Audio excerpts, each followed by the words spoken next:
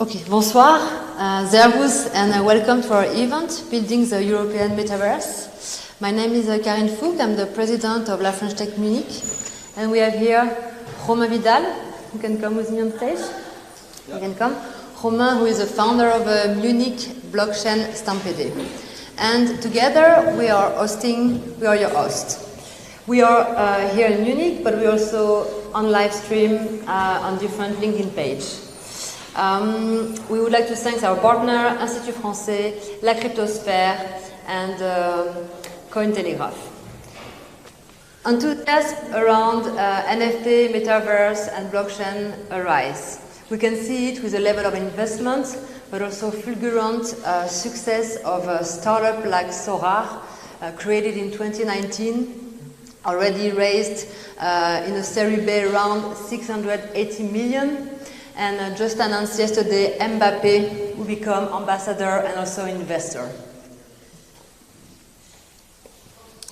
France wants to also be a hub in this blockchain, in this crypto. Binance is launching an area office in Station F. Binance, which is the world leader for blockchain ecosystem and a cryptocurrency exchange. Here, now we are in the right momentum, just after NFT NYC and also Vivatech, who had his own booth for Metaverse. And I think this is the right time then to actually bring the discussion here in the German, Franco-German ecosystem and axis.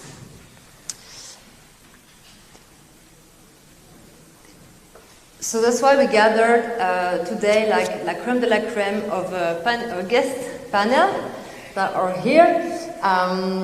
We wanted to have a 360 perspective. That's why we have web content creator, we have startups, we have corporate, we have VC, and we have also incubator. And the objective is really to better understand this metaverse, trying to identify the opportunity and to evaluate how we can develop further in Europe.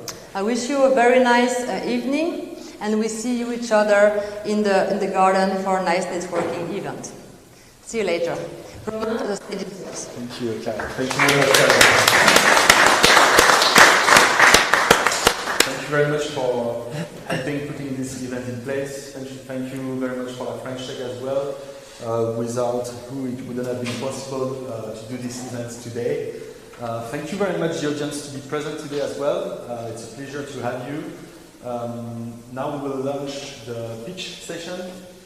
We will have 5 startups presenting their projects. The idea is to give them 5 minutes to speak about their project, 4 minutes speech, and 1 minute questions. And the first one that is going to start today is Louis from OKP4. I already have it here. Yeah, but you will need that as well. Okay. So Louis, you will go here, and I will start sharing my presentation. And your presentation.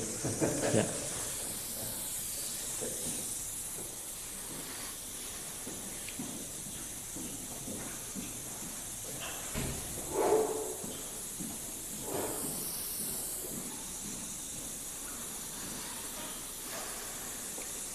And you can do it the way you want, huh? Either you sit or either you stand up, if you feel more comfortable.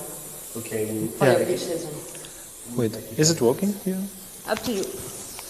Oh, yeah, maybe. Test. Okay, let's take it. Better now. Okay, Louis, from OKP4, the floor is yours. You have 5 minutes. Thanks. So, hi everyone. I'm very glad to be here today with you. My name is Louis Marlin, and I'm responsible for the business development in Germany for the company OKP4. During the 90s, the protocol TCP/IP and then the protocol HTTP allowed the foundation of the internet, and this was crazy. And I think nobody was expecting the following amazing growth. And now, in the next months, the protocol OKP4 will be launched, and it will allow the creation of data spaces. And data spaces, this is data sharing ecosystem. Data sharing ecosystem. And all these data spaces will interact with each other into the dataverse, what we call a dataverse. So very close to our topic of today, a new notion to get more complicated, you know? So metaverse, dataverse. So yeah, you can, yeah, thanks. So, you know, data are now today the heart of the growth, or the future growth, because you need data to get more knowledge, and you need to create, you need to collect, you need to share data to create new value chains. In fact, that's why a European Commission said in 2018 that the value of the data economy, the weight of data economy, is valued at 300 billion of euro. And in the future, in the year 2025, it will be 800 billion of euro. But on the other side, data is also the heart of the problem, because data, the more we generate data, the more it is difficult to handle with it. More difficult it is to share it and to exploit it. So the thing is, the large amount of data is locked into data lake, data silo, data warehouse. So you can, yeah. That's why, so what if we took over the governance of our data? So by contributing to selected ecosystem, by sharing them, sharing data without exchanging them. So sharing without exchanging, very important. Yeah, you can. And so this is exactly what we do at OKP4. So this is the Open Knowledge Protocol 4. So this is the layer 1 protocol where anyone can create, so anyone, any group, any communities, any company can create or join a data space, a data sharing ecosystem. Yes. So let's go go deeper in our solution. We have 4 things. The first is the OKP4 blockchain, so it's a public blockchain. Second, there is the OKP4 ecosystem, so which is XaaS, everything as a service. And then we have the data spaces development kit, which is like, you know, on the internet you have the WordPress to build your own website. It is the same principle, but with data spaces. And then the Dataverse tools. It will be the equivalent of a browser on the internet. So the Dataverse Explorer, wallet, etc. And so maybe you think it's very theoretic and just a crazy project, but actually we already have some use cases in agriculture, in logistics, some in industry, etc. And in the few months, so at the end of this summer, we will launch our testnet. And next year, at the beginning of 2023, we will release our own token. And our token will be named the Know, because of the knowledge. Yeah. So thanks you very much. We will speak about it during this evening. I will stay here until the end, and you can add me at LinkedIn if you want. Thank you a lot. Thank you very much, Louis.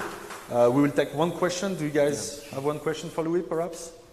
Before we move to the next pitch? Or maybe no question? Maybe. Oh.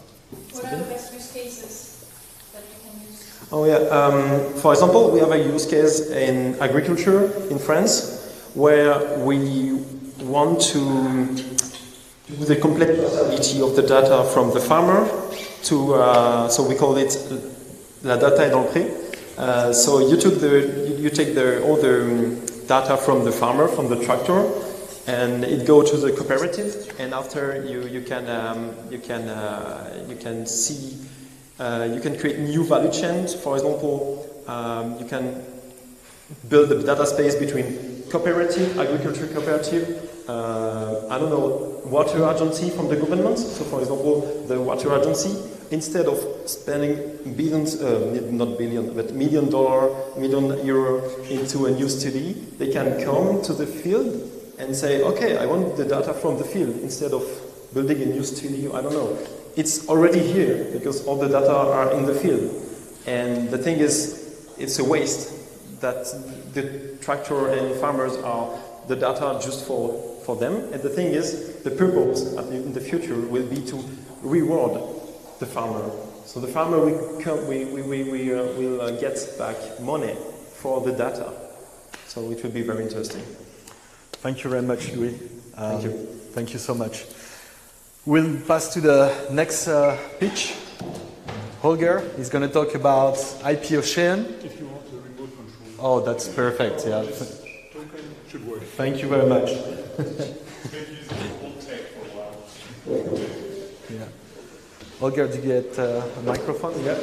Switch to the next presentation. REDIFFUSION. All right, is it working? Yes, perfect. I leave it to you to switch that.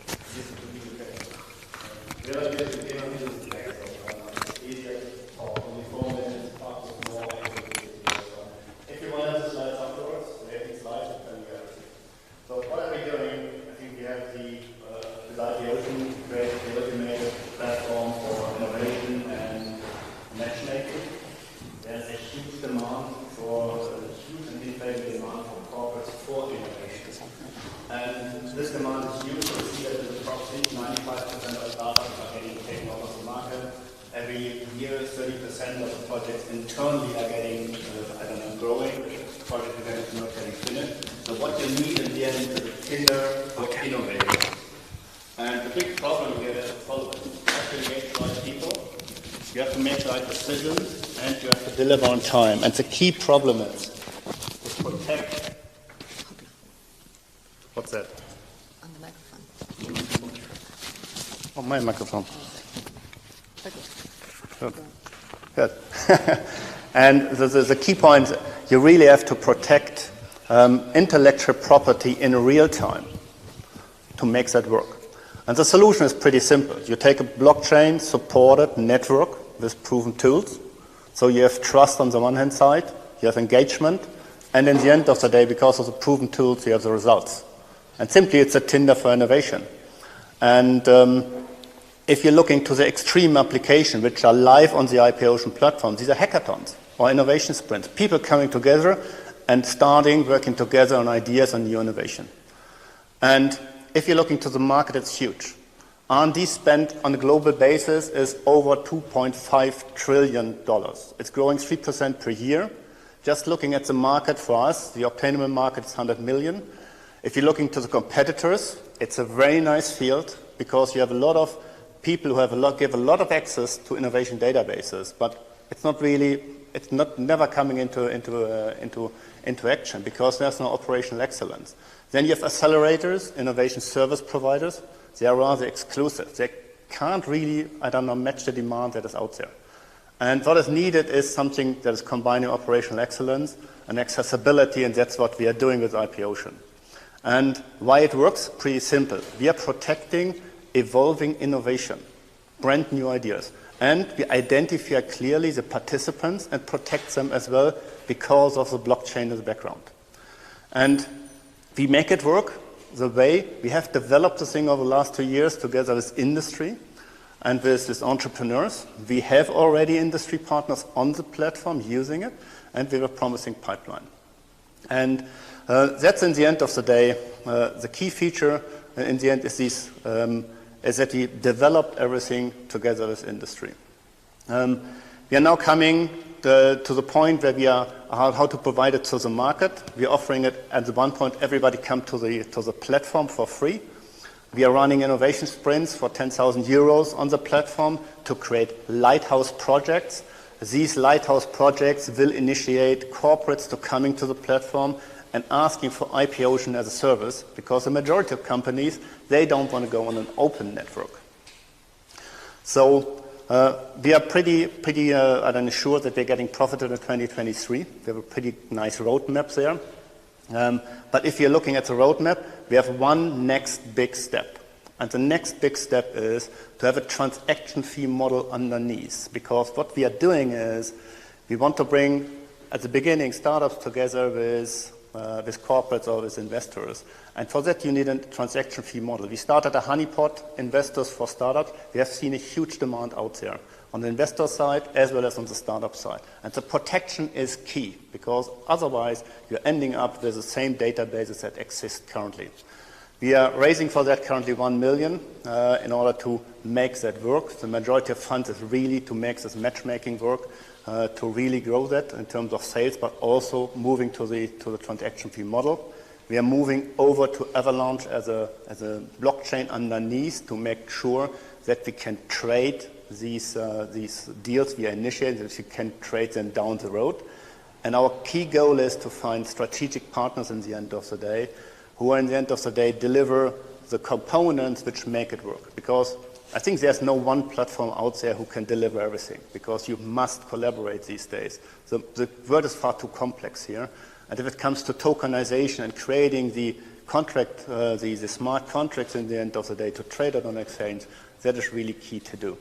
And if you're interested, I don't know, if you have a chat outside, I show you how the platform works. I can send you the full presentation. There's a lot of more in there. But I think it's covering everything. Yeah, exactly. We are on time. Thank you very much, Holger. Perhaps one question for Holger about IP Ocean. Just one question. So you basically disintermediate VCs. They can use it.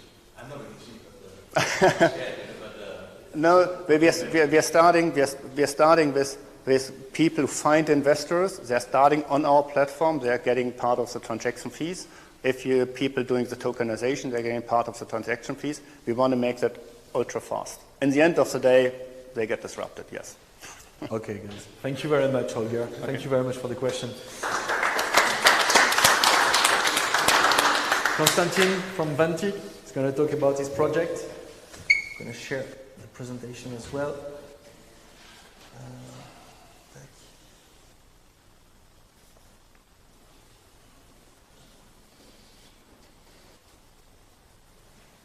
Okay, you can use that. Thanks. The floor is yours. Perfect, thank you.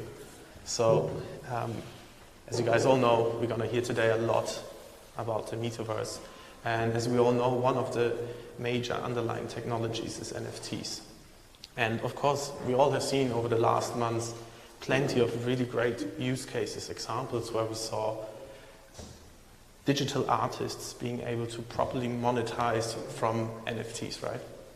But if we are looking now at physical artists, somehow we see that they had no chance so far at all to profit from these new Web3 topics. And in fact, we have found out through all the artists that we have been talking to that they would actually benefit really a lot from such technologies. And this is why we have come together to found Vontique. Vontique is the Web3 ecosystem for physical artists. So simply speaking, what we want to do is creating an online gallery where we match physical and digital. So what that means more precisely is we create one NFT for each physical painting of the artists that we are collaborating with. Both items, physical and digital, will be then sold together on our platform. And what we want to do is both items, again physical and digital, can only be traded together. So you can't sell one without the other. Maybe a good example would be car registration papers in the car, right? You wouldn't buy one without the other. You wouldn't buy a car without its papers. And by doing that, we will actually be able to offer a lot of really great opportunities to both artists and buyers of art pieces. So think about today, you want to sell an art piece. First thing that's going to happen is, on average, you have to give away 50% commission to the gallery. So selling price 50% is already gone just for the gallery. On top, if your painting is going to increase in value in the future, you have no opportunity whatsoever to profit from it. And that will change with Vontique. What we want to do is say goodbye to the gatekeepers, so no gallery commissions anymore.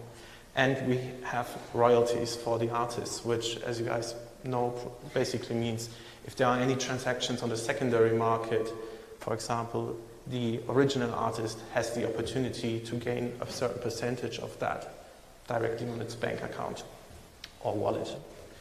And also on the buyer side, we see plenty of opportunities. So first big point would be proof of ownership, proper proof of ownership. And second point would be NFT monetization opportunities throughout the metaverse, for example.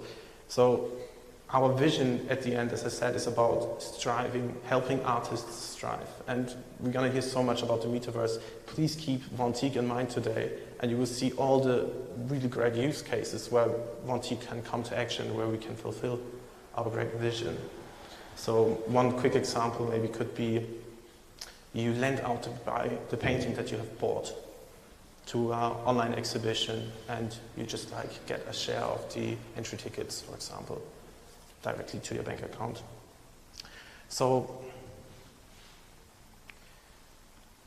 as I just said, our vision is about we want to help artists strive, and we will be doing that by becoming the driving force of Web3 mass adaptation in this very huge industry of fine arts. We have really recently started our pre-seed discussions, funding discussions, and if you guys think that we can create some synergies together, please feel very free to reach out to me at konstantin@vontique.io. Thank you. Thank you very much, Konstantin. Thank you so much. We won't be able to take questions because we are already a bit late, so we'll pass with the next one. For the next ones, we are having some guys online from France. Okay. Do we have Mehdi in the room? Hi everyone, how are you? Hi Mehdi, how are you doing? Very good, very good. First of all, thank you very much for coming. I don't know how many people are in the room, I didn't see you very well. But I know that we're part of the room. It's pretty nice to hear your stuff and look at this technology that we love so much. Thank you. Okay, so I'm going to start with my presentation. Do you guys hear me well? Yes. Could you please share it with us on the screen, Mehdi? Sorry? Could you please share it with us on the screen? Yeah. Okay. Perfect. Thank you so much. We are listening to you. Thank you. Okay. So we are Trendex. Trendex is a platform that allows people to invest in people like you invest in stocks. So basically, we created this concept of performance tokens.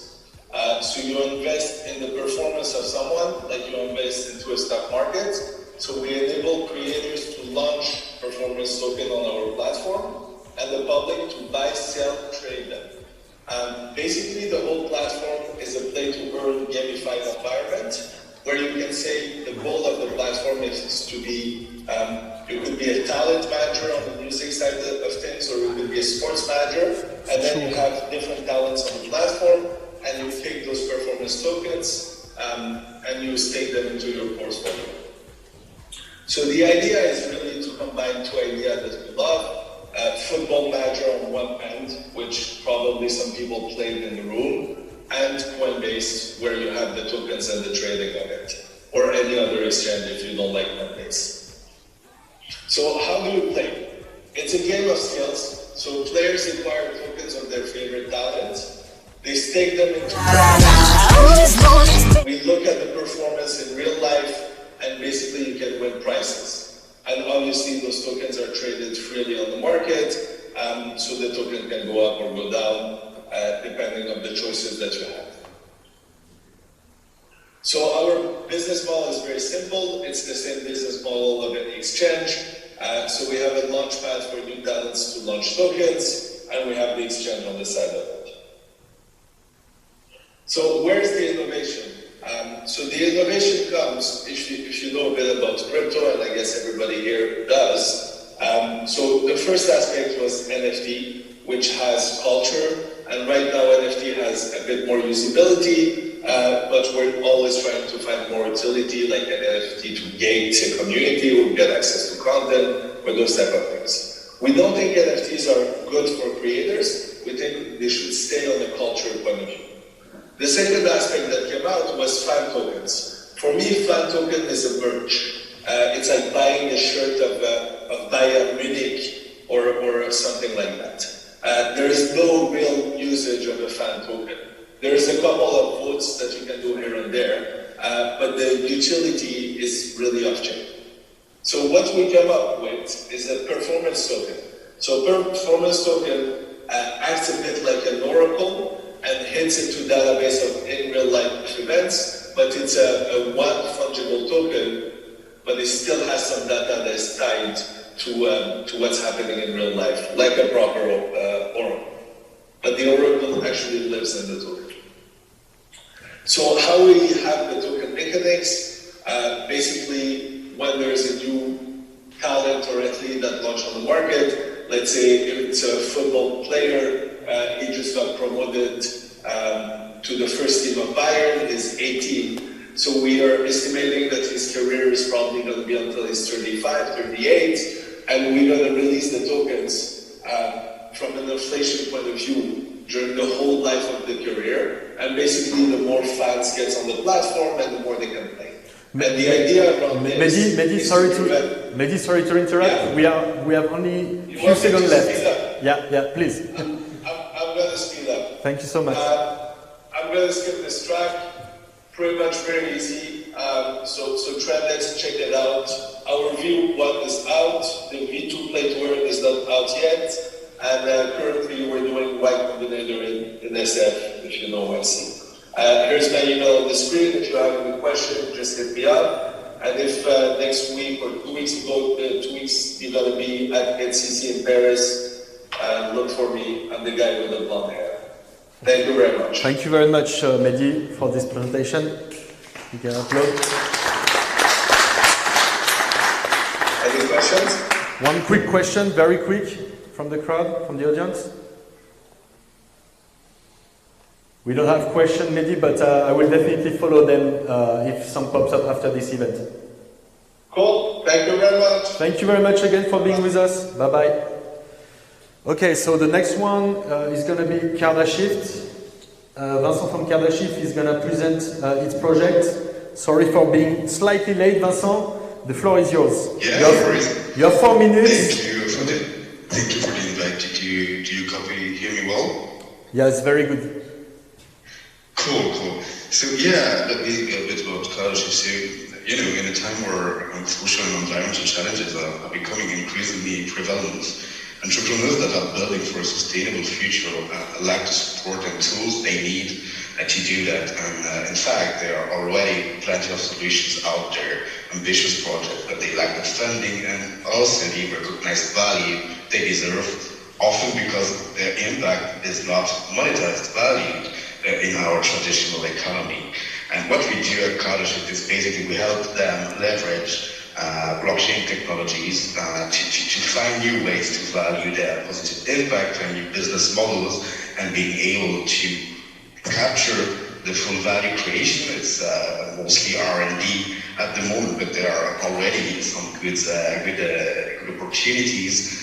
Give access to investment and several types of investments to those kind of companies which are currently struggling getting funded, especially when they are early, and also reinvent investor engagement and trust and give the investor the capacity to engage with the project and to deep dive into what they do and help them on a daily basis. So basically what we do at the moment is we create a whole new ecosystem where we fit highly transformative projects with investors and citizens, and also we are 3 founding companies with complementary expertise, and we believe the tech enablers to help them move forward with blockchain technology. So here are the kind of startups and corporates we are working with. So we have really early stage NGOs and not-for-profit organizations with whom we are working, and also scale-up and corporate spin-offs.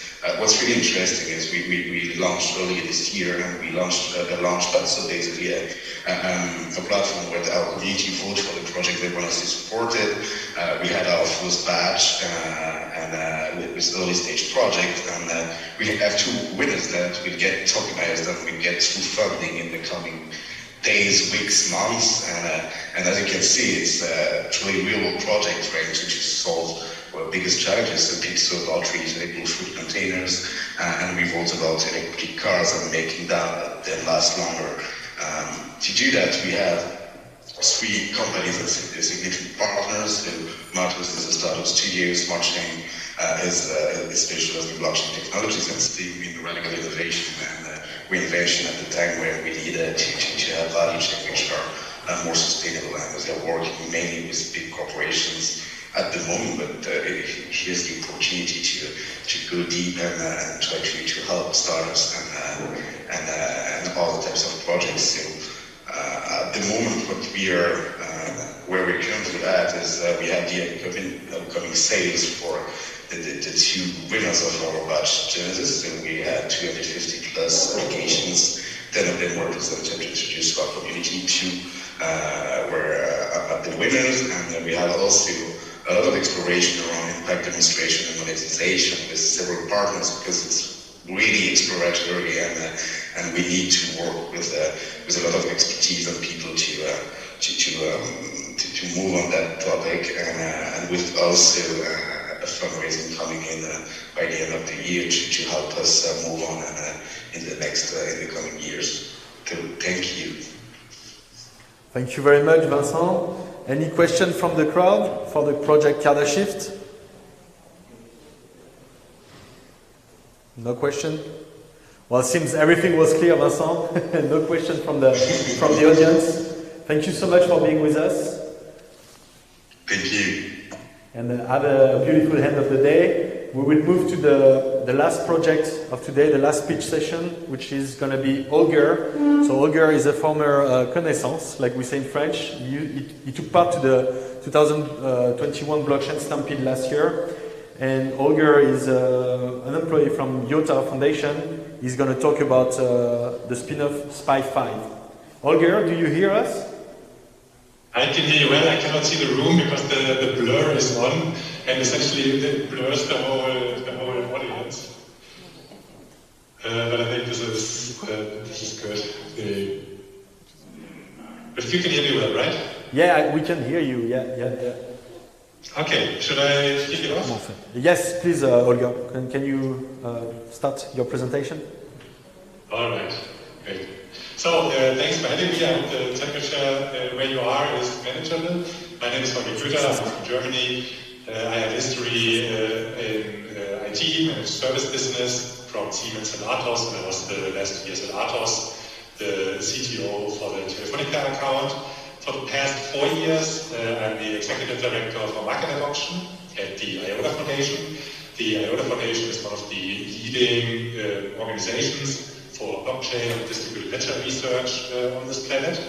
And we have been working over the past 4 years together with organizations and with companies in order to see where crypto and where distributed ledger technology fits into enterprise use cases, and how we can enable enterprises to utilize crypto technology despite all the hurdles they currently have. And we've been seeing that this journey was rather slow for them, because there are some really main roadblocks. Like in many cases, they need to use the token, so they need to manage or hold cryptocurrency, and also they need to hire on the market. They need to understand how crypto works. And what we are doing with SPICE, we are doing an excavation from the IOTA Foundation. We already have a team, we already have certain know-how, but especially we are addressing this huge hurdle which enterprises are having in order to really adopt blockchain as part of their technology stack. And why are we doing this? We are doing it because we have seen the enterprises struggle, but also that there is a huge market for those enterprises, or for us to come in and provision a service for those enterprises. And if you think of those enterprise use cases, they are going very much into software over-the-air updates, let's say like wallets for cars, identity for access management, so how you can use digital identity for cores and blocks and so on, for digital twins as well, for energy trading. And what we are going to do is that we are taking all of the complexity of blockchain and distributed ledger technology away. We are going to put it behind the curtain, and we're going to radically simplify the process for enterprises to tap into distributed ledger and crypto technology. And we are going to do this for identity management, for ledger and access in general, but also to manage really like data on the blockchain for what I described before, audit logs and so on, as well as infrastructure hosting. We have been doing this for the past 4 years already. We have a 3 million pre-invest in what we have like built through different grants from the European Union. We have won 15 grants from the European Union, from Germany and so on. We have done 30 projects, also with larger market players. We have like 180 partners also as part of those grants, and like a lot more through the IOTA ecosystem. So we are tapping into the existing partner ecosystem as well with all the interest which has been there. Up to today, we already have 14 LOIs signed, but I experience this number even to go more up. So LOI signed to use SPICE and use those simplifications they're going to offer. And we already have a rockstar developer team which is going to join SPICE 5, SPICE, in order to build out these new technologies. You can see the market has been growing steadily. We see like a sum of over like 200 million, which we can easily tap into, simply because the investment into blockchain solutions, but especially into the enterprise market, is enormous. And if you look at the competitors, like many of them, they're only tapping into the crypto market, so they're provisioning, let's say, node software. But with SPICE, we are going to not only going into the crypto market itself by provisioning those infrastructure services, but we are going to tap into the enterprise market, which is this huge growing market where enterprises are starting to get a lot more comfortable because the regulations they are starting to be more clear for them. Until now, they're always thinking that they're maybe with half a neck in prison already, but we are going to offer them a GDPR compliant solution. We are offering them solutions to tap into data management, digital identity management, which all those competitors simply are not addressing because they are addressing the crypto market. And if you look at the funding for those, like from Fura, LKB and so on, these are tremendous. So Block Demon collected, like in the last round, 207 million, Fireblocks collected 550 million, Imstones collected 66 million. So there is a lot of opportunity to tap into this, but then also address the enterprise use cases. So in summary, why you should invest, it's my last slide. We are like a highly experienced team. We have 2 founders, myself and Regine. We are looking now to build up the business. We're looking for 3 million funding, and we're going to tap into this really fast-growing market to make a big footprint there with the MVPs which we have already developed. If you want to contact us, please write me at holger@spice5.com or regine@spice5.com. We'll be happy to get in touch with you. Thank you very much. Thank you very much, Holger. I think we can upload the project and Holger. Any questions for Holger and SPICE 5? Sebastian? Why is he not here? Why are you not here, Holger? Do you hear? Sebastian is asking why you are not here in Munich with us. Yeah, I should be there. It was unfortunately like too short term. Yeah. But I'd be happy to join the next time. Okay, great. Thank you so much, Holger, for being with us today. Thank you. Thank you very much. So now I think we'll take a short break before we start the panel. We'll take a 5 minutes break, and then we'll start with the panel later on. So you can have some fun a little bit outside. Thank you very much, guys. Thank you, Holger. Bye-bye.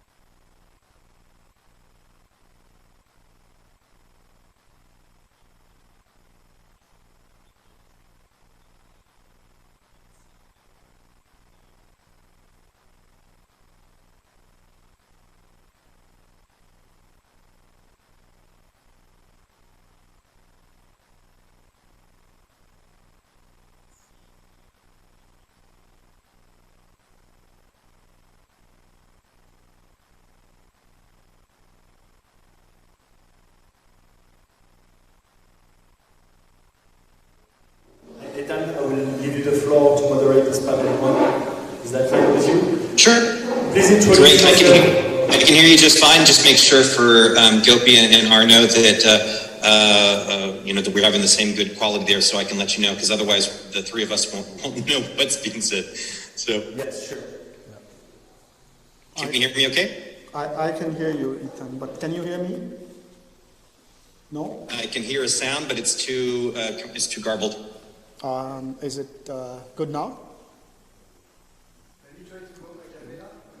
That's going to be problematic. Okay. Maybe I just speak loud. Can you hear me now without the mic? There we are. Yell into the computer, because it's the computer that needs to hear us, and I think Zoom is treating you like background noise. So if it doesn't hear you loud, it's going to cut you out. You want to try? Okay, let's try it that way. Yeah. We all good? Let's go for it. Super excited to be here to talk about building the European metaverse with an absolutely rock star panel.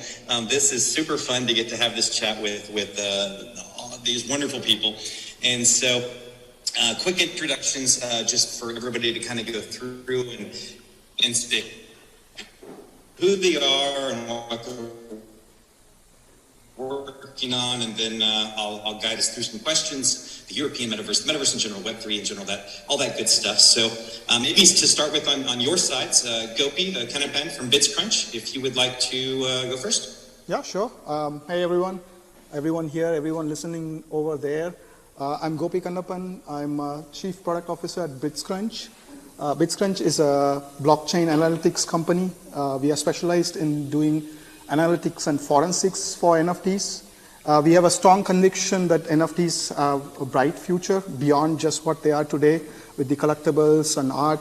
There are a lot of more utilities, and we want to be prepared there so that we can guide the individual retail users or anyone who wants to work with NFTs, that they have information at hand to make decisions, buying decision or selling decision. So that's what BitsCrunch. Maybe we'll hear more, or I can talk about this more after the panel or during the panel. That's all from my side, Ethan. Back to you. Brilliant, thank you, Gopi. And Arno Abera from Exchange. Arno? Sure. Hi everyone. First, thanks Romain and Karin for giving me the opportunity to be here tonight. Actually, it's a perfect... Can't hear you yet. Can you hear me? Can you hear me? There we go. Yeah, okay. So, I'm getting closer to the computer. There we are. It's a perfect opportunity for me to be present tonight. Actually, as Exchange has just recruited a black belt in the crypto Web3 blockchain space. His name is Luc Jodet. He was a former CFO of Ariane, one of the leading companies in the NFT space. And we will announce two big news next week.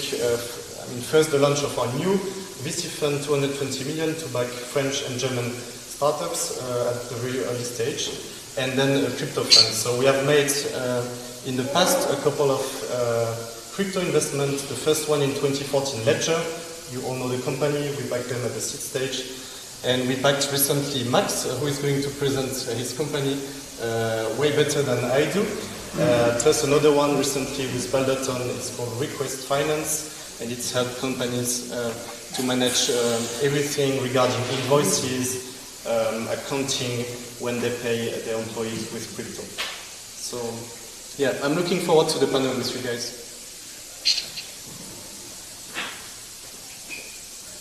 Brilliant, and we'll dive into the exponential side of this with the fun stuff as well, and having Luke come on board, that's brilliant. Well, I guess then we'll go to Max. That has a great segue there. Max Stockel from Dogami. Hello everyone from Paris. Yes, I'm co-founder and CEO of Dogami. So Dogami is two things really. First is your virtual companion, like an NFT dog that accompanies you in the metaverse. And second, it's also a Web3 game. So Web3 game means the game uses NFTs and cryptocurrencies to enhance the experience of the consumer. So you're basically building a mass market consumer application that leverages NFTs, and all of which is like packaged in a very nice, rounded and entertaining setting. Maybe two more sentences. So we have a community of 200,000 users that follow us, and the dogs we sell, like,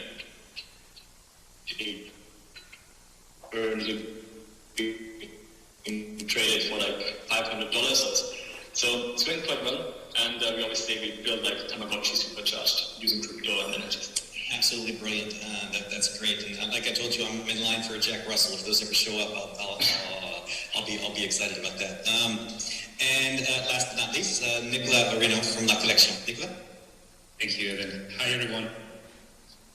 So I'm Nicholas. I'm the Chief Marketing Officer of La Collection. Hi from Paris. La Collection was born 9 months ago, and it's a platform that essentially bridges cultural institutions and a new breed of collectors from all around the world. We started our first drop was with the British Museum, and what we do is we work with these cultural institutions to present collections of NFTs that everyone from around the world can collect, and ultimately our mission is to create more and more bridges between cultural institutions and collectors, but also between collectors themselves. Excellent. Brilliant. Thank you. And my name is Ethan Pierce. So I'm American, but I've been in France for 16 years. So if we were doing this in French, you would hear my outrageous American accent. But I'm very much a vet with French, as well as the Munich blockchain Stampede. I built a couple digital marketing and e-commerce companies in the US, then in France and Singapore. Afterwards, I was a VC for a couple years in Singapore and Hong Kong.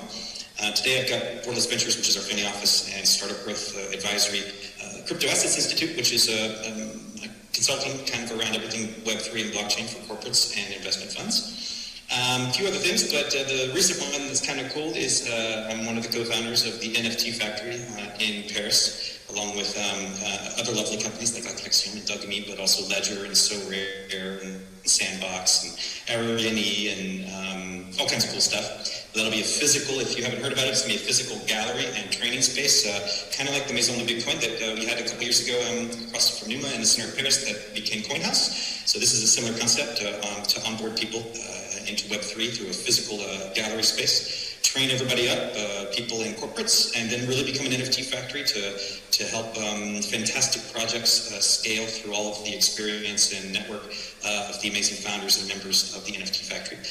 I don't think it's been announced yet on social media, but the day before the Ethereum Community Conference next month, we will have a pop-up NFT factory, July 18th. So if you happen to be in Paris or can come around, it'll be a great day, free day of Web3 content and networking as a first thing towards when we open up the NFT factory in September, should be. So anyways, lots of cool stuff. I'm very bullish on that because like this panel, I think that while France has been amazing at a lot of things, it didn't really make a big impact in GAFA.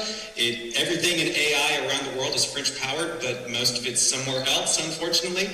Some good stuff in France, but when you look at all the great AI teams and big corporates and big scale-ups, it's still very French. Even if most of it's in Silicon Valley or elsewhere. I think the same thing is going to be true with quantum. I think France is doing amazing things in quantum. But when the budget of France for quantum is less than the budget of Tencent for quantum, I think we have to be realistic about where that can go. But I am super bullish that France can own Web3 as an ecosystem to be incredibly strong. And we see that in the great people represented on this panel. We see it in the amazing founding members and other members of the NFT Factory in Paris and all these great companies. So super excited to have this conversation about Web3 and Metaverse. I guess just to dive in, because I think it's always interesting to have perspective. Each of you maybe just to give your quick version of what you really believe the Metaverse is.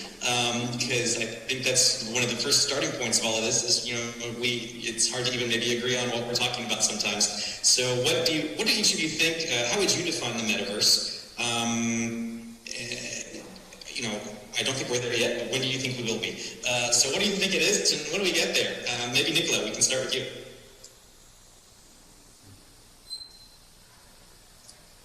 All right, getting unmuted. But listen, first, what we see in Web3 is mainly the ability to connect communities. I myself come from the retail space, and I'm very much of a Web2 nerd. e-commerce and classic American retail. And what is very static, very top-down, from brand to many, many to many environment now. And it's funny because it actually it's actually shaping even more day after day the business model of Fusion, delivering something great, an NFT that has an intrinsic value to communities of collectors, and progressively we kind of disappear in this relationship, and we see people talking about us, interacting about the collections they're building of our NFTs, and experience what Web3 is, and that's what I think is going to take us far. Brilliant. Gopi, maybe your side? Yeah, sure. Web3 is basically the evolution, like what we had from paper to web in the world of internet, Web 1, from that to interactive web in Web 2.5 to the experience web, wherein you basically immerse yourself and metaphorically speaking, you're basically out-of-body experience where you are in reality, though it's surreal, where you can interact with people from different places. So it basically goes to foster, what we had already started with social media, where people, interact with people from different parts of the world. Now it goes to bring that more surreal and more immersive experience, and that's from an experience point of view, but from an economy point of view, it's a whole lot economy. It's basically a world on top of another world, right? So, or world inside another world. So, not really talking metrics. But it's basically going to be an economy where art and NFTs and all these utilities that we are doing today in real world can all be moved into this meta world, where you can experience them, where you can actually interact with them. Maybe in what you do today in physical world can be then done through metaverse. Maybe when you go through Amazon, browse products, catalogs, and then place orders. Maybe in future you do it as an experience. Go into the metaverse, feel like you are actually interacting with objects. And so there is a huge economy. I think a lot of people have already talked about multi-trillion-dollar economy within this metaverse. So in case if you're wondering, there's going to be a lot more coming up. Yeah, that's my take on Web3 metaverse. So maybe Max, since you're the creator of the metaverse, maybe to have your perspective on what this is. Sure. For me, metaverse, generally speaking, is always like an interactive digital experience. So you're sort of interacting with some sort of machine. You can control what happens around you, etc. I think this can come in two manifestations. One is can be in virtual reality, so with Oculus, etc., or just in a game. The other could also be that having a digital layer on top of the physical world, like in terms of augmented reality. But I think where we experience now the real paradigm shift is sort of having digital ownership rights and having one identity. And I think this is really the earthquake we're seeing right now. Meaning that you have one digital identity, that's usually a wallet, like a Ethereum wallet, with which you can log on to any application on the web that supports the standard. So you can basically port your identity to any place in the web. Plus you have NFTs which represent digital ownership rights. And meaning that, formerly you were bound to, for example, the walled gardens of the likes of Google, and Amazon, and Facebook. But if you wanted to leave those environments, you're basically screwed. And these days you can, just like how you can, sort of interact with real life items, you can do whatever you want with your NFTs. Brilliant.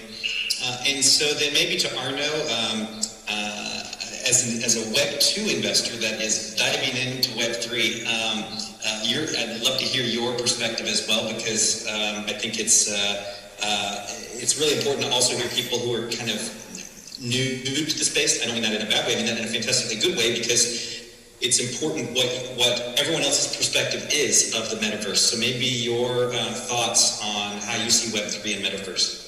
Sure. I mean, while I mentioned that we just hired black belt in Can't our hear team. you. Yeah, can you hear me? Not yet. Okay. Can you hear me now? There we go. Okay. I moved 2 centimeters. Okay. Yeah, while I mentioned that we just hired a black belt in the team, I might be the white belt, and I guess that tonight is my yellow belt challenge.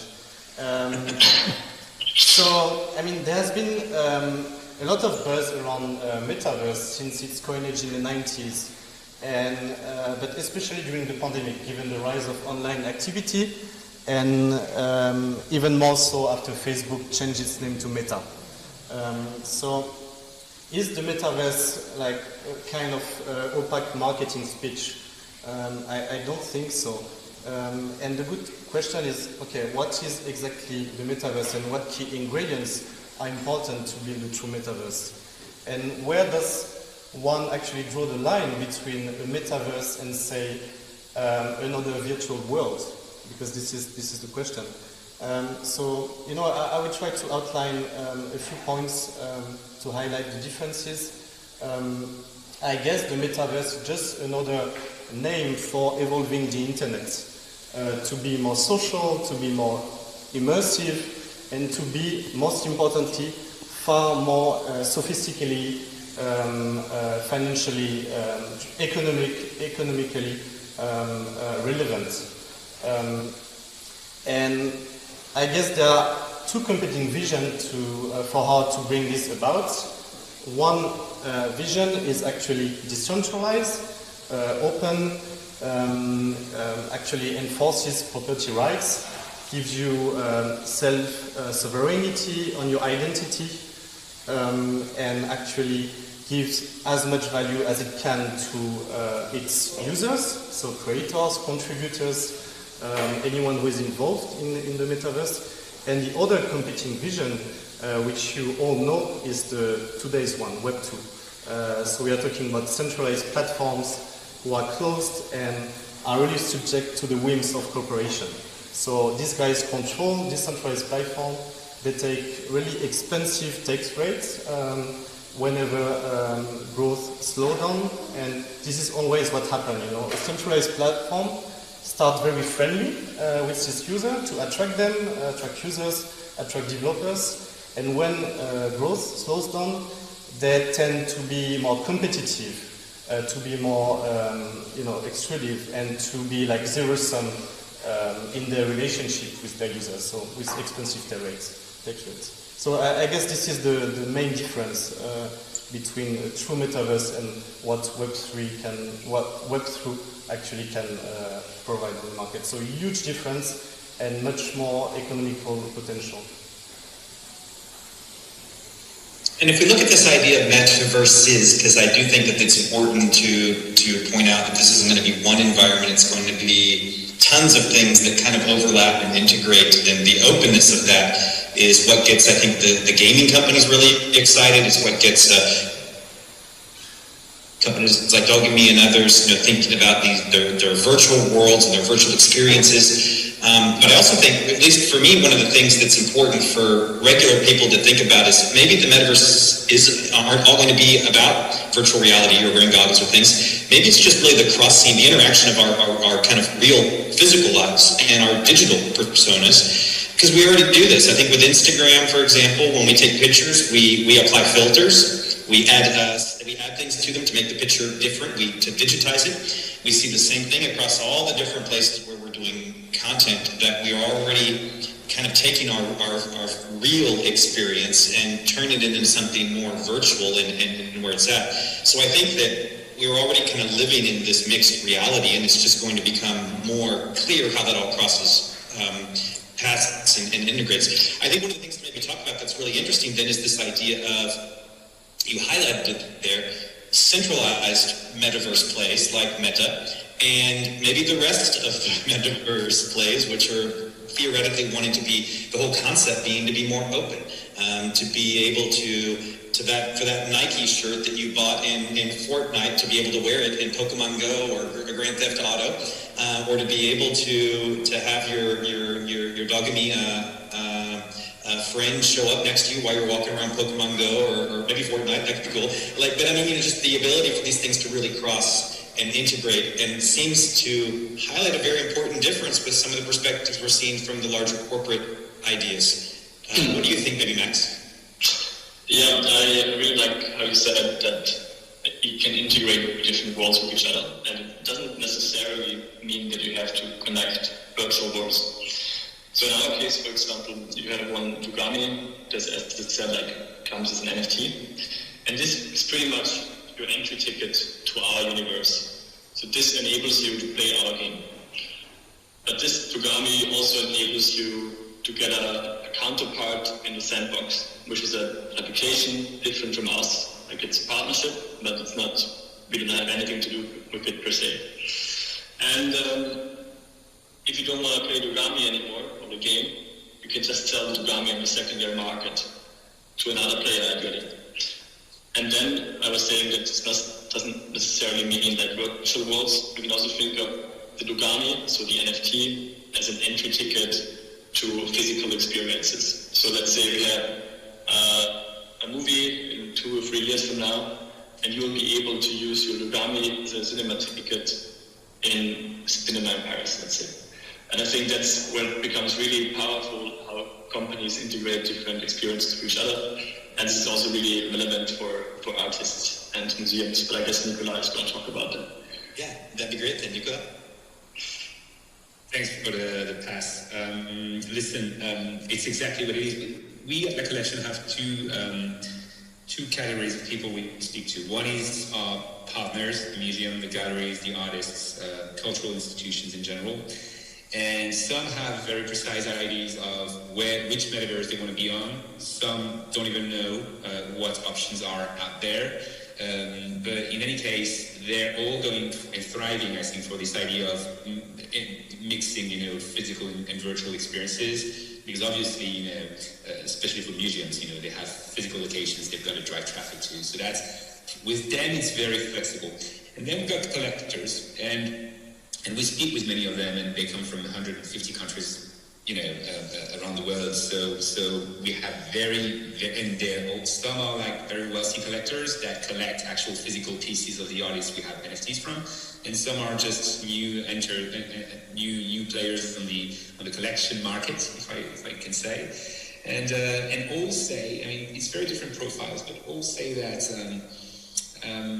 they love the flexibility of being able to show their NFTs to a very wide audience, and they probably go, I guess, at some point, like on Meta or Decentraland. But we have also collectors, and I'm sure you know collectors around you, that don't like to show their artworks, their collections, but they're very good at talking about it. And what I'm looking forward to see is what metaverses will give opportunities for people like us to speak out, not to show things per se, but to find ways to talk about, why this thing is in the middle of their personal space or house in the metaverse, and to end, this conversation. And I'm sure you've been at the table of collectors of, let's say, like random things such as cars, cards, dogs, whatever. And what actually matters is really not the actual physical collection or collection, is really the idea that's behind it. And I think the metaverses that are going to win in our space are the ones that will give the opportunity to NFT collectors to explain why they came up with this collection, why this NFT, why placing it there, why building their house or their space, around it. So for me, once again, as I started, it's all about, exchanges more than commercial, trading streams. I think that's great. But one of the things we were chatting with as we were, getting everything connected was this idea of, the markets are kind of cracked, obviously, right now, and that has people looking at crypto, at Web3 in a negative light. And I actually think when you look at NFT projects right now, the ones that are really based on strong communities, like you just mentioned, they're all doing just fine. The values are down, but the community is still just as excited, if not even more motivated, to see these projects continue to grow and to scale, because they're not focused on the actual financial value of the project. That matters over time. It matters for roadmap if you're going to build things. But I do think that we're not seeing a lack of energy around these projects that are defined by community. And I think that that's a great point to be there. So maybe we flip that then and talk a little bit about some of the problems. What is keeping us from having our metaverse future, from having a Web3 powered and enabled thing right now? There's a couple that we can chat about. The one I would throw out there is, I think, as the biggest one is just wallets. That we just don't have enough people who actually have an Ethereum wallet on MetaMask or have a Phantom wallet for Solana or something like that. Maybe, since I can see the audience here, raise your hand if you have an NFT. If you're in the audience, raise your hand if you actually own an NFT. You don't just say what it is. Don't be embarrassed if it's a funny animal on Twitter, kind of thing. So that's actually not a lot of people. So in the audience, who has a MetaMask Ethereum wallet? Okay, that's better. But that to me is the biggest problem right now for companies that are building Web3 projects is their client base is currently limited by the fact that there is a very small amount of wallet addresses out there divided up among all the people who are interested in the space. Thoughts? Yeah, definitely. And also, Gopi, Arno, if you want to say something, since I can't see you, feel free to jump in. Yeah, definitely. I just want to pitch in there. I think this crowd is probably it's mature. I can hear someone, but I can't hear it. Come closer. Maybe now. Can you hear? Perfect. Yeah. There we are. So I think what we have assembled here is people who know about Web3, and so within that there's only one person on the crowd who owns NFT. That's already a smaller section, right? I think the biggest hurdle for us is the whole tech barrier. What it takes to be part of the Web3 is like the wallets and all. All this is a big barrier. It's not an easy tech barrier. It's not like a Facebook or an Instagram which you just install, key in some information and then you got in.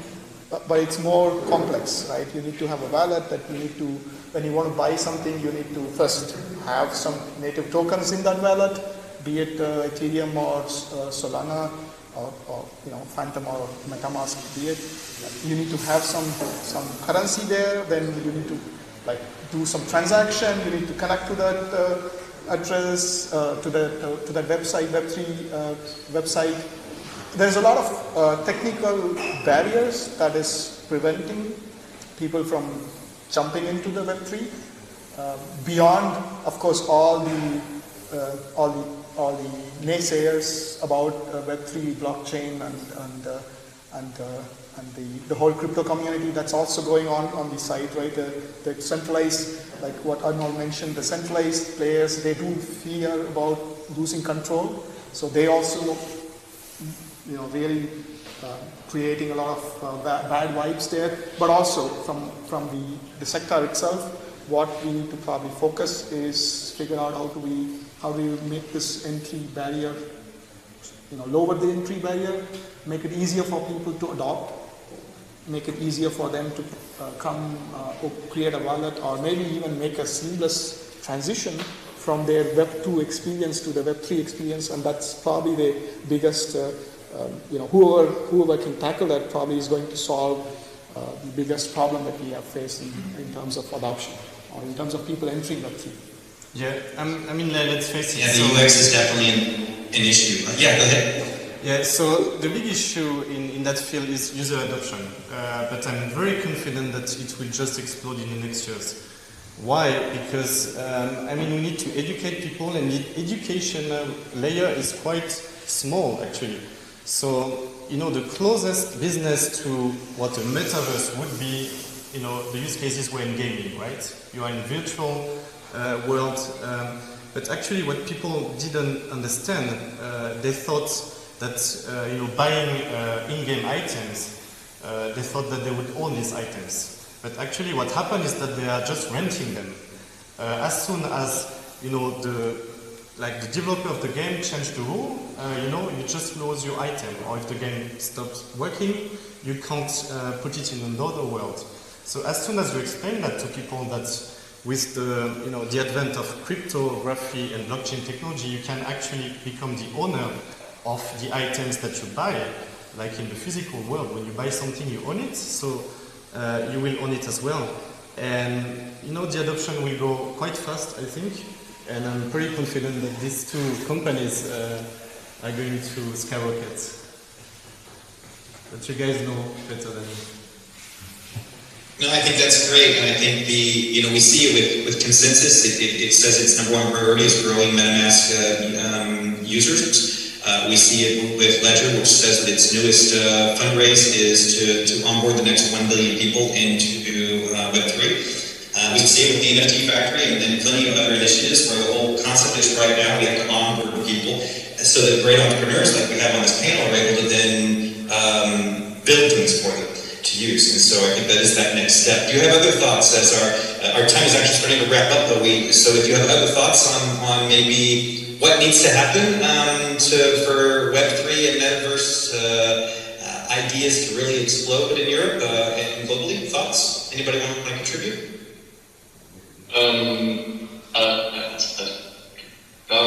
Sorry. No, that's great. And also, obviously, we want to share our love with the Tezos community. I don't want to leave you out on I can maybe add communities here. I can maybe add something there. I think everything has been said already. Like currently, the UX is horrible. It's really unclear what you need to do. People don't understand that there's a difference between a wallet and a centralized exchange like Binance or Coinbase. And then they have to sort of go to the website. So I think a lot of has to happen there.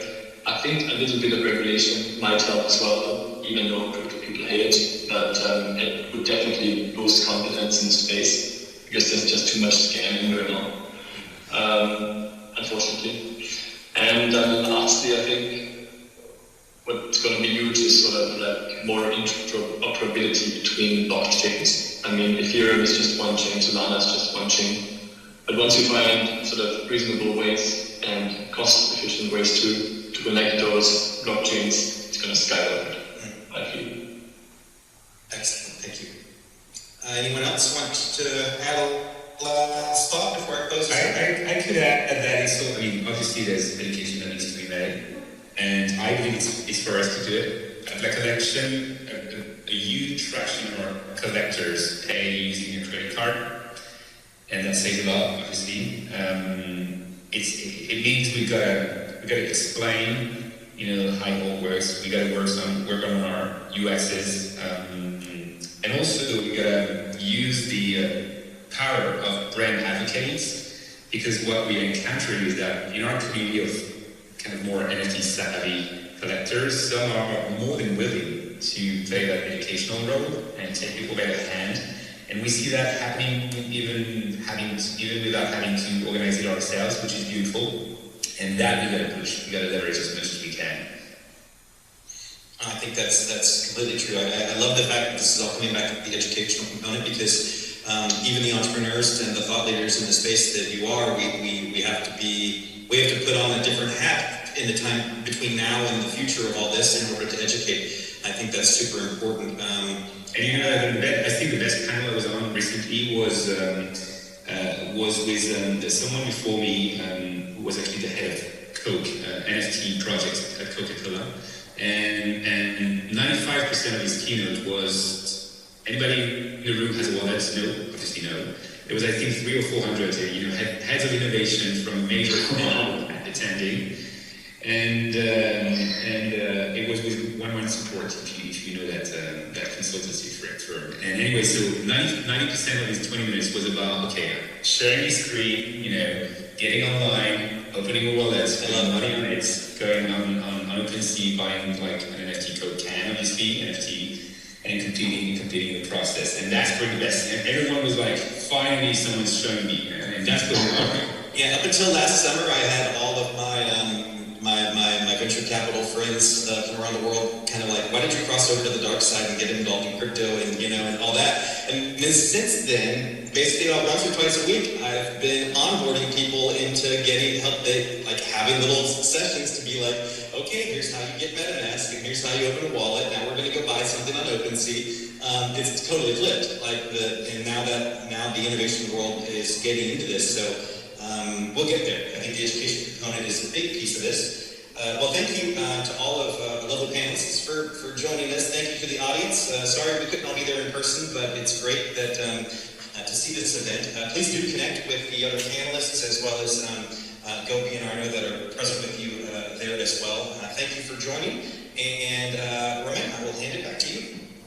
Yeah, thank you very much, Ethan. Thank you, all the panelists. I think we can applaud them because it was very high level. Are you hearing us or not? Are you hearing me, Ethan? Yeah, I guess, yeah. You got a big round of applause. Yeah, you got a big round of applause. Thank you so much. We can see it. Yeah, thank you so much, guys, for being present today. Excellent. Thank you, everyone. Thank you, Ethan. Thank you. Bye-bye. Ciao. Ciao. Thank you, Gopi. Thank you, Arno. I think we can applaud them again. And sorry for the connection. Apologies about that. I think we will have 5 minutes, perhaps 10 minutes before we start with the second panel. Yeah. The second panel is going to be more about corporates, institutions, enterprises, and accelerator on Web3. Sorry.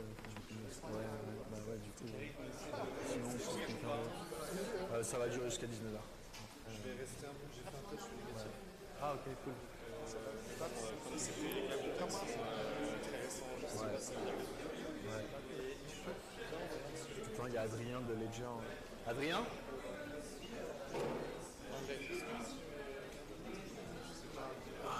Tu m'entends, Adrien?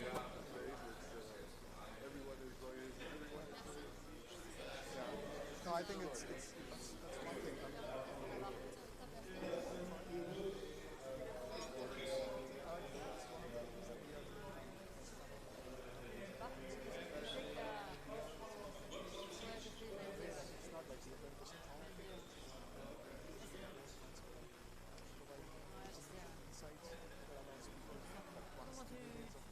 Oui, bah, là de toute façon maintenant ça marche. Ouais, merci. Oui, merci infiniment.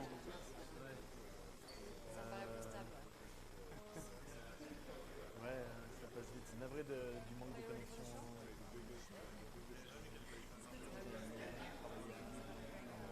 So we're going to be three on stage. Wait. Let's prepare Sebastian. Yes, we'll prepare you, Sebastian. Because we're going to be three on stage on this Yes. The question is obviously, given the setup, perhaps it's even better to just speak like that because they didn't even have a microphone. So we can test both. We will equip you. I'm not sure it's going to help in the end of the day. So, The recording goes to there. so where are the two guys? And where's Simon? Simon, I saw Simon was there.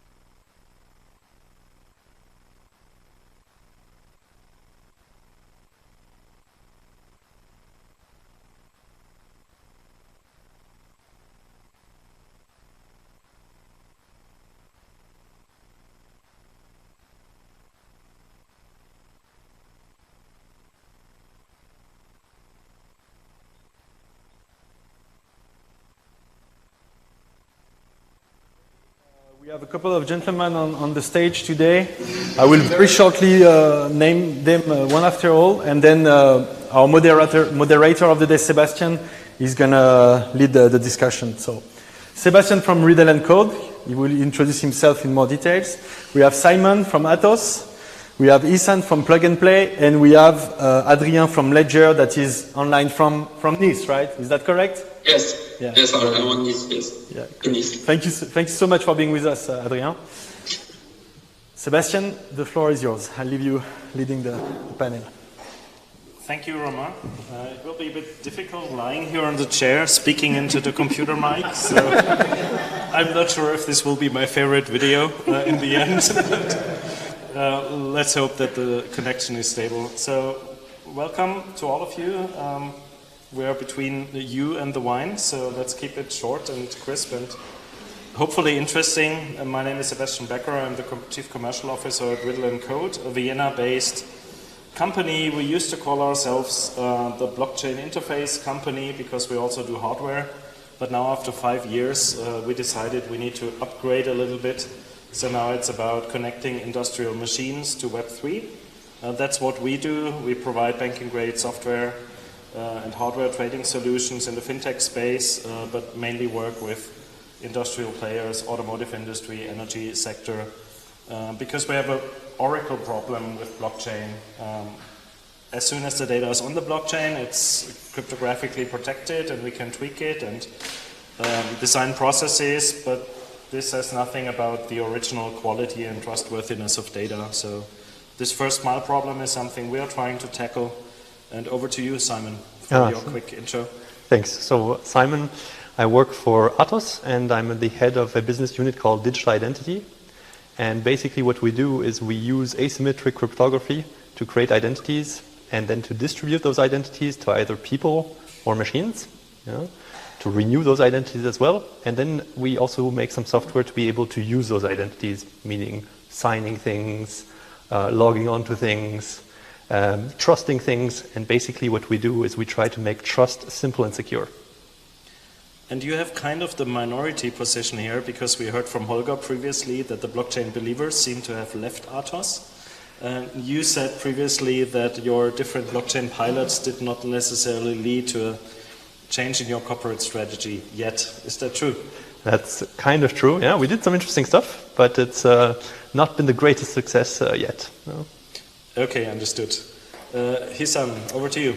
So first of all, thank you so much for having me here. I'm representing Plug and Play. I'm a Ventures Associate from Plug and Play Ventures. I might be the least technical guys among the gentlemen here, but I'm investing in startups and looking into Web3. So at Plug and Play, for past 2 months, we have a dedicated task force who is exploring Web3, NFT, metaverse for our personal investments, and also because we help around 600 global corporate partners.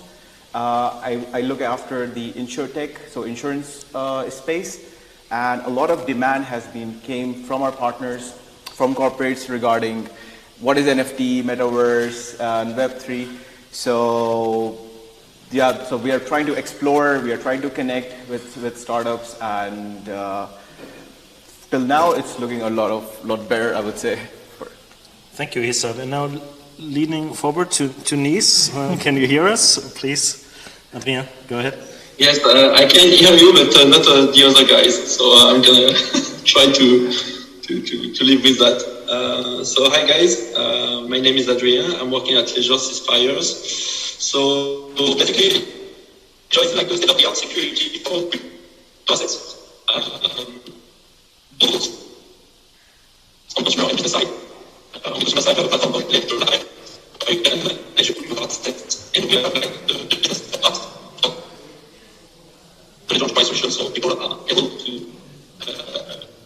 Can you hear me actually? That's the only thing we heard. It was a bit broken, but now the connection is better. Can you maybe restart? Okay, so I can start again.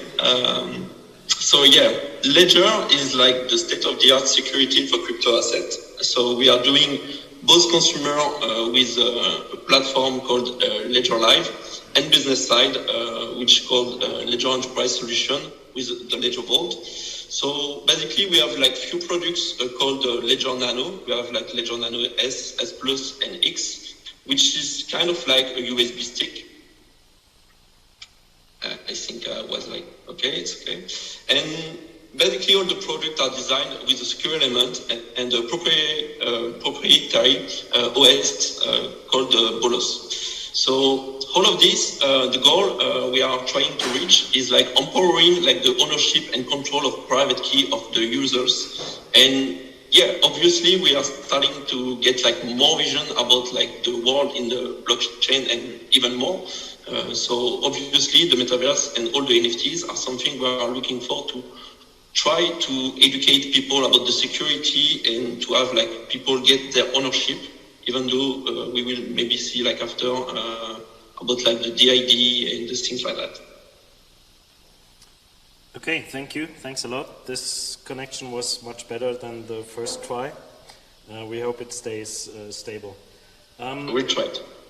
Quick question to you, Hisan, since you're not the most technical person here, but you do a great job in bringing corporates and startups together. We also benefited heavily as a company from, in this case, your Startup Autobahn vertical, where we met two of our biggest customers. What is your feeling, since we're now back in Crypto Winter, third edition basically, what's the feeling? Are corporates going to step on the brake now with, let's say, innovation and budgets? Do you feel it already? Are they calling you, or do you think they will even, get on the gas pedal because they know that innovation might save their whatever? Super interesting question, number one. The reason is, so Plug and Play had our expos running this whole week, and we met with our all corporate partners in person to understand their next steps, and this was the hottest topic to discuss as well. What we see, you're so right that some of the innovation budgets are being cut, and it's especially coming from insurance space, so it's more, again, risk averse, and they want to cut the budgets earlier than later. However, what we are also seeing that a lot of corporates are trying to use this as an opportunity in terms of getting the right education, especially in the field of Web 3.0. So the demand for us as their innovation consultants as well, for NFT, metaverse, anything related with Web3 was never that high as it is right now. And from an investment side, what we are looking at, even today I was talking to two Web 3.0 startups, one in the NFT space and one NFT plus metaverse space. I can also discuss a little bit about them later. So what we are seeing as an investor, that this is a very good time to find the gems which were lost in the whole ecosystem. And majority of the ecosystem was, let's say, full with a lot of not the best use cases, call it like this. So to answer your question, yes, there has been innovation budget cuts. However, that's also, interestingly, is our part as a middle entity between the corporates and the startups, to keep them hot, to keep them pushing towards innovating and understanding the market. And once we are out of this, that they can easily collaborate or take some investment options from their CVC systems as well. Okay, thanks a lot. Over to you, Simon. Let's talk about the role of the corporates. You gave a bit of an insight about your, let's say, historic evolution in the company to work with blockchain tech, and you said it didn't lead to, let's say, a big leap for Atos so far. How do you perceive it, this internal, let's say, development, starting with pilot projects, and then somehow it has to reach the strategy level of the board in order for it to be adopted? How did it work at Atos? Were you skeptical because, you're, let's say, a legacy leading player in the, let's say, cryptographic identity space? So you are already in the space without, let's say, using what is now called blockchain necessarily? Or was it just, let's say, you didn't find the right ecosystem of partners to work with, or client demand wasn't there? What was hindering this kind of adoption of blockchain for your innovation strategy? Yeah, so I guess it's true that we tried many things. So I think that was quite interesting. We explored lots of use cases. So going from, having used cars that are maintained in a garage, tracking everything, mileage, what kind of accidents there were, so that there could not be any fraud anymore when you sell your used car. Yeah, so that there would be a centralized ledger that would enable you to follow all these steps, and that you would not fall prey to some scammy vendor who would just, polish it up and then sell it to you. So that's one thing we did. We did some farm to fork, where you have different companies farming, then transforming the food. And we did a lot of cooperation also with Siemens around the blockchain in this regard, to look at what could we do to pass the information when it goes through different companies, so that the consumer at the end can actually track, okay, where is my good coming from, and what steps did it go through exactly. So some of these are quite nice, but in the end it turns out that a lot of these you can actually solve with traditional tech. You don't need blockchain per se, because you can actually have a centralized actor. And a lot of people fall back into that kind of thinking very easily. Another example, the European identity that is currently being discussed, IDAS V2 is a big topic with the wallet kind of thing. It's very difficult to convince a state, a country, that they should give away this right to issue an identity, and that they will not be in control anymore.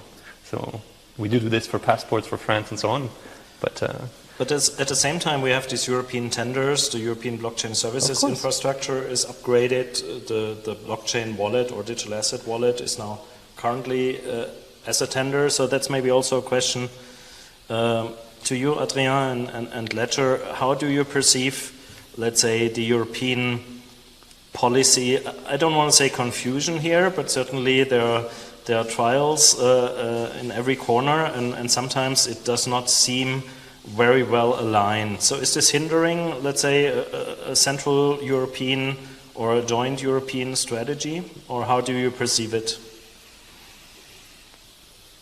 Well, actually, it's like a huge question you are asking. Like, it's pretty hard to say like where we will go. Like for us, like as Ledger, we try just like to educate and just like had the layer of security we have like with our product. But the fact is, building like an European metaverse or a wallet or anything like that seems like kind of hard, because when you are talking like with any politician or even like governments and things like that, we used to do it, and it's pretty hard because it's still like very tech for a lot of people, and the vision is quite hard to define when you are not like understanding like what's fully behind the technology. So on this part, I think like we can just try to empower these things and try to have like people get a wallet, maybe like, as you say, like an European one that will be used by anyone.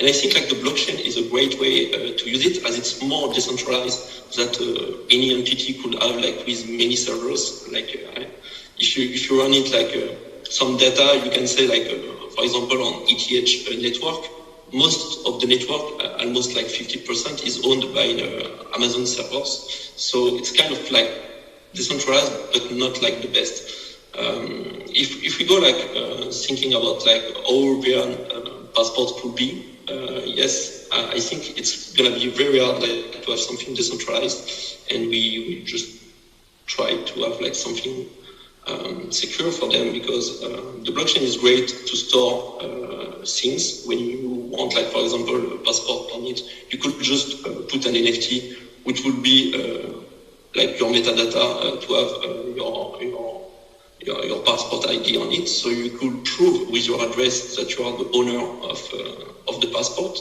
But it will be like a very, very long story to make into it, as it's like very hard. And actually, there is like some plans like working on this. And yeah, I think it's going to be a long story. Okay, understood. Let's talk quickly about use cases. We are part of that European Blockchain Services Infrastructure Upgrade project that is currently underway. And one of the use cases there is to track every good that reaches the European Union at a frontier level. So to tag objects, and this will be hundreds of billions of movements every year. Simon, you were saying that you analyzed, let's say, used cars or tracking car data. Do you think it will make a big difference if we have self-driving cars and these cars will have to get their own electricity and will have to interface with tolling stations? Do you think this is a use case that is more close to Web3 tech and blockchain, or would you still say machines can interact autonomously through distributed databases?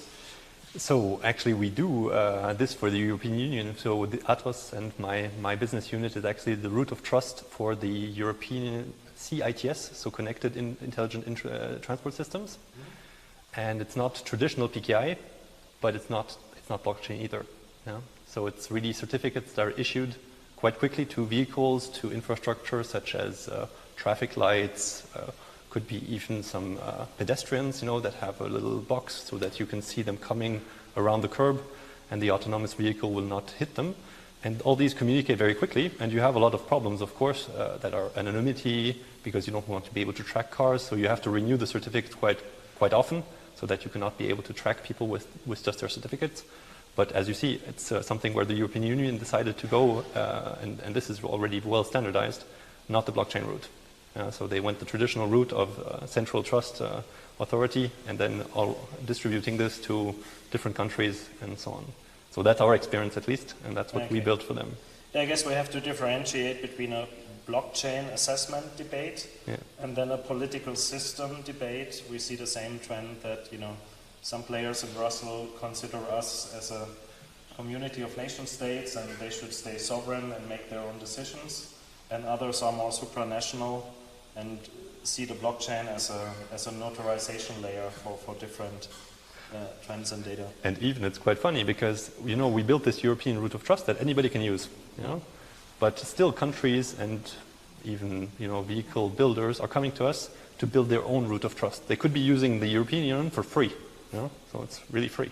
But still they're coming to us, so we have tenders almost every day with this, and they're saying, no, I don't want to be dependent on this central, so they want to stay sovereign on their own thing. It's crazy. Okay, so we see it's not only a technical decision, it's also, let's say, historical or legacy thinking that centralized approaches, nation-state approaches. They're willing to pay millions for this, huh? Our culture. Hisan, question to you. My experience with pitching blockchain at plug-and-place events is that, here's a material startup, there's an AI startup, there's a quantum computing startup, and then sometimes you have blockchain in between. The problem is blockchain is a team sport, so you need, let's say, a number of corporates, otherwise you don't reach a sufficient degree of decentralization. Does it make a difference for you which kind of tech you promote? Have you ever asked your several hundreds of corporate partners to join a testbed, so that you have 20 companies being ready to try decentralized models? Is this something you think would make sense, or? A simple answer, absolutely yes, it will. However, we haven't done something like that. The reason being that what also Simon was mentioning, from a corporate structure, it's too tight, it's too, let's say, complex, that when we bring them a blockchain solution only, like I remember we were talking to a big insurer, European insurer, and they had blockchain as one key impulse topic. We prepared a lot, research, we tried to motivate them on that topic, but at the end of the day, we didn't see the follow-ups or something like, okay, let's do something, let's create a pilot on that particular topic. So I'll agree to your point that you have to squeeze blockchain in with AI, with the machine learning, with autonomous. cars. So for example, you mentioned also the use case. One of our insurers is currently looking into how they can insure autonomous cars, for example. And there can be different solution. Yeah. So you see, but you have a solution, and the corporate is there's no connecting body between. So again, as for Plug and Play, we try to build this kind of connections. However, what we understood and how this case study came even in our eyes was that they were trying to build in-house all the research, all the solutions. And then we said, okay, no, we can support you in trying to understand the topics. We also have a pool of startups who might be supporting in doing the pilots. So currently we are in that particular process. So answering again, it's still in the very infancy days to go to see a corporate.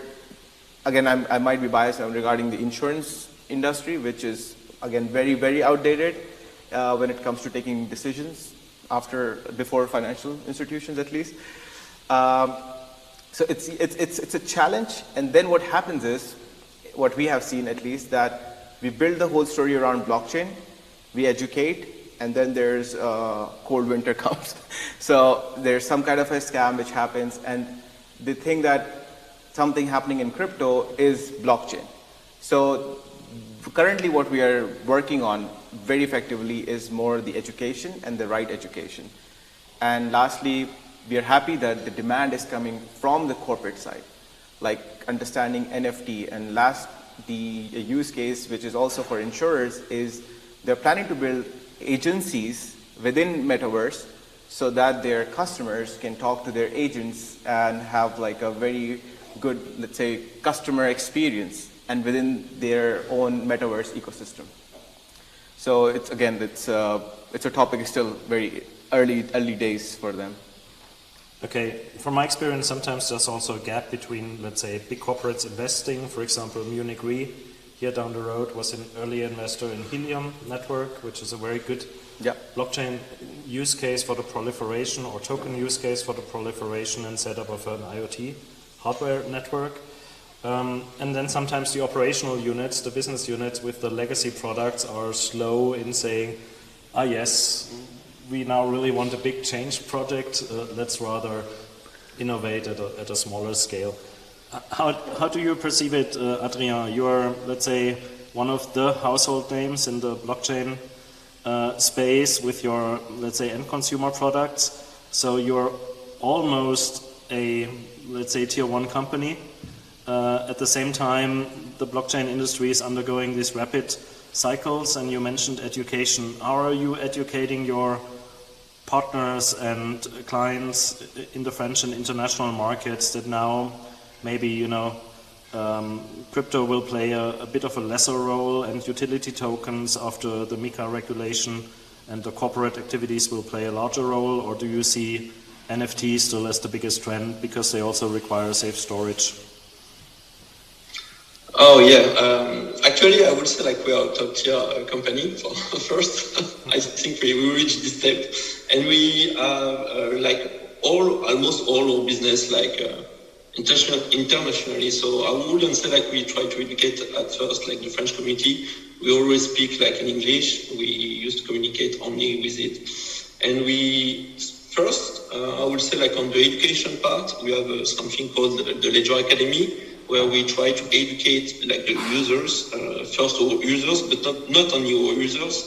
If you are interacting with any application in the middle, I would say blockchain or crypto, you will find many articles on the top security part, and not only about the best use case and how you can interact in this world safely and try to understand it. Because as I said before, it's not very simple. Even expert on this middle doesn't understand everything. It's too large. So yeah, we first try to educate the people around these features. And I would say I heard someone talking about users that want to save their utilization, not like I would say following a centralized identity and just like run their own services instead. And actually, I think it's true.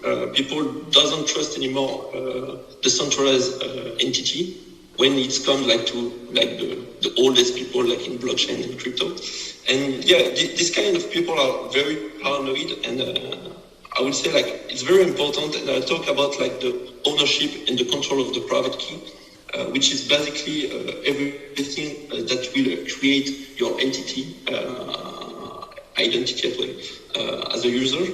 So it's very important to have like this, and we could ask like how could we avoid like these centralized parties to have like something running well, but not like owning everything. Actually, Ledger is like a self-custody things. You own your data. You are your own person. You just have like one account address on any blockchain you want.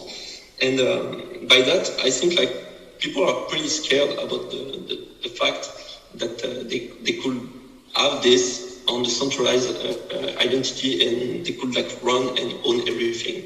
So it's kind of great, but kind of hard. We see like a huge trend on the gaming part. I heard like someone like in this stage talking about it, and it's not even like in the investor part. It's also on the retail part. Like everyone is looking at both the gaming and the metaverse. It's like kind of the trend things, but it's also great because this kind of world leads to the mass adoption. And if there is like the mass adoption, obviously the education and the security is the most important part, because there will be a lot of scam and a lot of people just like trying to understand what they are doing, but actually doesn't understand anything. So I would say like the ledger is like the key to this, because it's like the security and the most important part. I think I missed something on your question, but you can remind me if you want.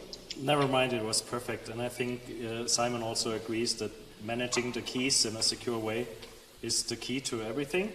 Let's talk quickly about trust. We touched on the centralized model. Looking at the global picture with centralized models like in the US, Russia, etc., we seem to have a crisis of centralized models. But at the same time, trust doesn't come automatically. So we need to ensure that data is coming from trusted sources. What's the role of standards? Because at Atos, you do this business for 20 plus 30 years with PKI. And certainly the classic space is already highly standardized. Blockchain standardization is still underway, even though ISO and other IEEE standards are coming up. Do you think this will be absolutely necessary for a space that talks about trust to have all these audits and to marry them with the traditional audits, or do you think this is a competitive advantage for classical cryptographic processes along with the efficiency that you pointed out if you talk about transport systems? Yeah, maybe. So I think for sure standardization is very, very key. Certification as well, because you cannot expect everybody to understand everything that happens in the blockchain. Most people don't even understand what a hashing function is. So you don't want to dump that on people. And certification can help you. You have a central authority that certifies something and makes you trust it. And so this will stay, I believe. And I think standardization for sure is still ongoing in many different areas. So we have PKI, which is well standardized. We have SSL certificates, which are well standardized. Google has been pushing this a lot. So I have all these little green padlocks on websites. This was really a huge push for HTTPS, which also is a standard now with certificate transparency, lots of stuff being done. And most people don't even know about that. So we're just coming back to education. I think, if you're interested in this kind of thing, there's many things to learn that lead towards blockchain and the new things. But in the end, there's lots and lots of security mechanisms and standards that are already existing. And I do think that for a time being, a lot of corporates, at least, will still rely on these existing standards, and there will be not so willing to invest into new things that are not yet standardized and so on, and where the use cases are not clearly defined. So that's, I think, still a competitive advantage, just to answer your question. Well, from my point of view, if I look at our large industrial projects, for example, we tokenized Austria's largest solar park, we formed a joint venture with Austria's largest utility company last year, and there it's not always pure play, you know, because you can't convince a corporate to throw everything away and do blockchain 100% right from the beginning. So if they have trusted internal systems like internal databases or data coming from internal facilities, then of course you can trust them and then take short steps. You mentioned certificates. Just today we had a session this morning with one of the largest German chemical companies. They are now going to introduce blockchain-based material certificates to all their vendors, basically the second half of the year. Okay. So that took 3 years, but now the process is there, and their conclusion is quite simple. We cannot reach the ESG goals if we don't share data, and sharing data between competitors, vendors, and buyers, that requires trust. So blockchain is the logical conclusion to establish trust. But I agree that for various reasons... And it's awesome when you can have an ecosystem like that. It just takes a lot of effort to create it. Somebody has to do it, yeah. So maybe as a concluding remark, I would invite Hisan and to convince Said and Plug and Play to set up a Web3 batch, you know, where you focus on the matchmaking of blockchain Web3 companies and traditional corporates. And then I'm pretty sure Ledger will become part of this, and maybe we can even convince Atos. And I'm happy to join the parties in the end. So thanks for that, and now we have some wine. Exactly.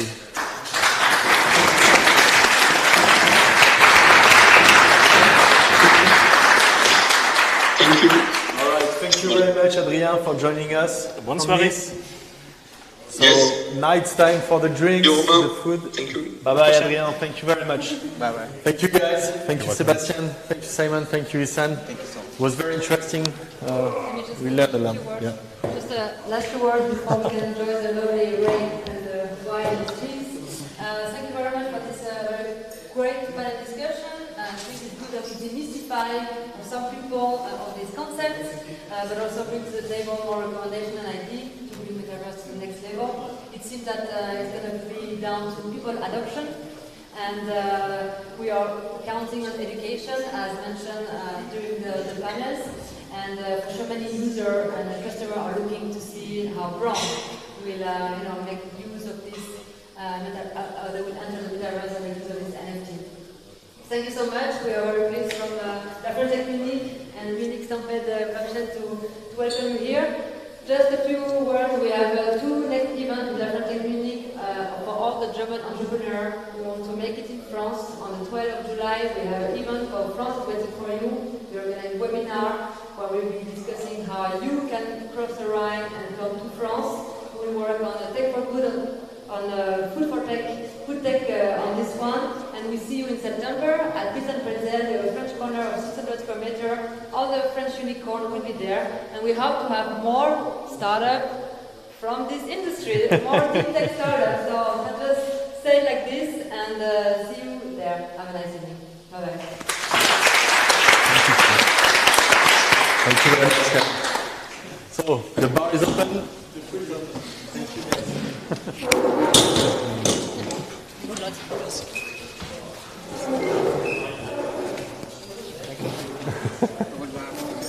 Bin ich als Blockchain rübergekommen. Merci. Est-ce que ça vous intéresse d'avoir